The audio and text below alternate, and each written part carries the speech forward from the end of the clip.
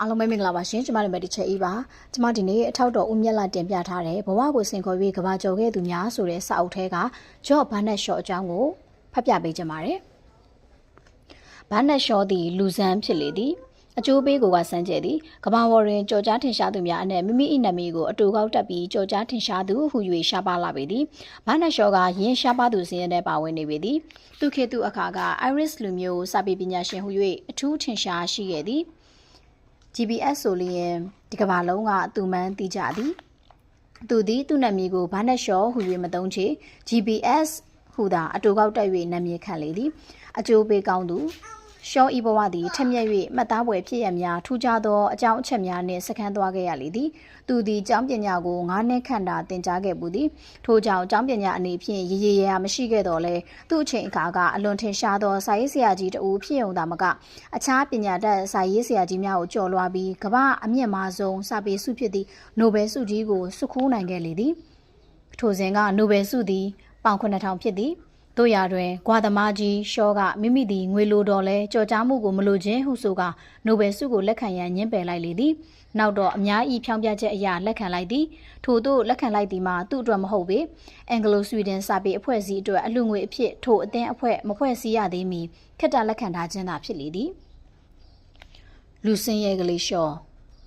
ရှော့ဤဖခင်သည်စီးပွားရေးပြည်ပြည်လဲလဲရှိသောမိသားစုမှအဆင့်သက်ခဲ့သည်သူမိခင်ကမူချမ်းသာသောအတော်ဖြစ်သူကသူပေးစားသောယောက်ျားကိုမယူသဖြင့်ပြန်မကြည့်ပဲပြစ်ထားသည်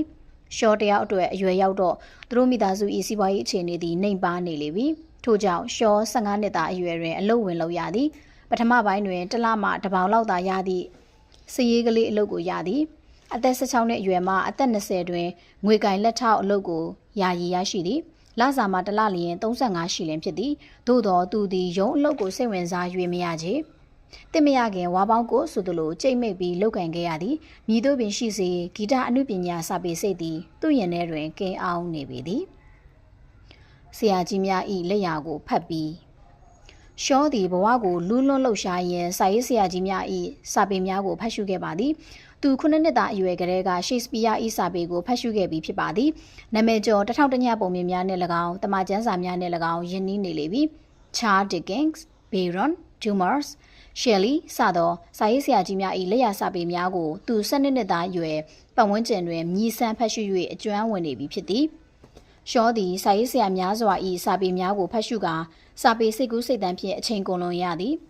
ထိုအချိန်ထိသူသည်စိတ်မပါဘဲအခစားလုပ်ရစေဖြစ်သည်သို့သောသူစိတ်အလျင်သည်စာပေနှင့်အမှုပညာသိပ္ပံနှင့်ဘာသာတရားစသောအကြောင်းအရာများထဲ၌သာ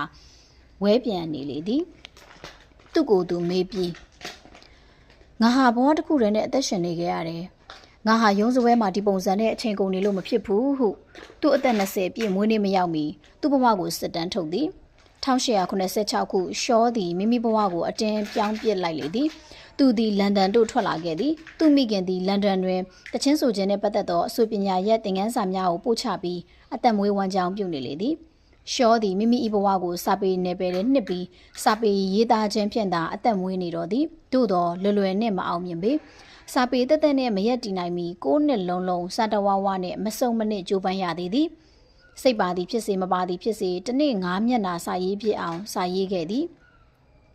9မျက်နှာပဲဒီထက်ပိုမရေးဘူးဟုရှော့ကပြောပြသည်ဆက်လက်၍ရှော့ကအကြောင်းသားဘဝနှင့်စာရေးဘဝကစစ်ရေးဘဝကအကျင့်တွေကျွန်တော်မှအခုထိရှိနေသေးတယ်စာရေးနေရင်9မျက်နှာပြည့်သွားပြီဆိုလို့ကတော့စာကြောင်းဖွဲဆိုမှုစုံမစုံရပ်ထားလိုက်တော့တာပါပဲနောက်နေ့မှပဲဒါကိုစစ်ရေးတယ်ဟုသူ့အမှုအကျင့်ကိုဆက်၍ပြောပြသည်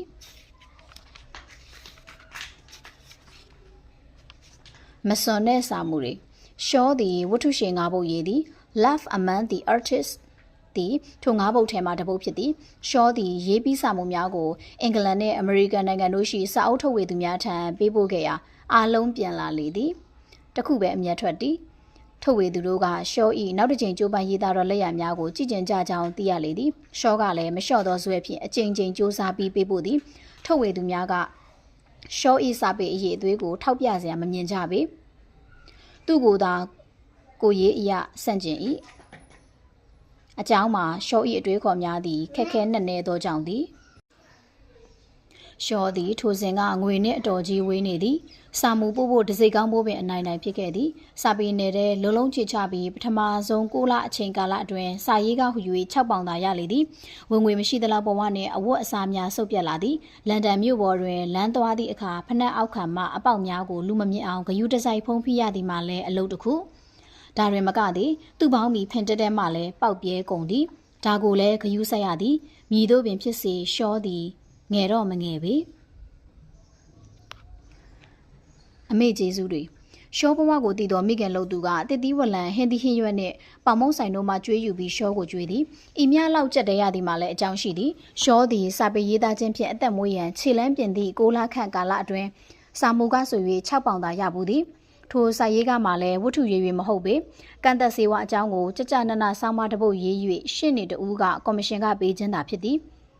တခါကမူတပေါင်ရဘူးသည်ရွေးကောက်ပွဲနေ့တွင်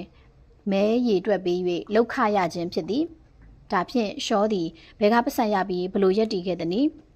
ထိုအကြောင်းကိုရှောကပုံမလင်းလင်းပဲပြောပြသည်သူမိသားစုသည်သူ့အထောက်ကိုအရေးတကြီးလိုအပ်နေသည်မှာအမှန်ပဲသို့တော့သူ့အနေဖြင့်ဘလို့မှမထောက်ပံ့နိုင်ခဲ့သူ့မိသားစုကသာသူ့ကိုအထောက်အကူပေးခဲ့လေသည်ထိုအကြောင်းကိုရှောကကိုဘဝရက်တည်ဖို့အတွက်ရုန်းကန်လှုပ်ရှားပြီးဒုက္ခတရားတွေကိုတိုးမဝင်မူဒါတွေအတွက်မိမိရက်တည်ရေးအတွက်ပကြီးကားများကိုဝေဖန်သူအဖြစ်ငွေရှာခဲ့သည်ကျေးဇူးတင်ပါတယ်ရှင်ပထမပိုင်းလေးကိုဒီလောက်နဲ့ပဲရန်နာခွင့်ပြုပါရှင်အပိနာဆင်ကြတဲ့ခုနှစ်သားသမီးများအားလုံးပဲ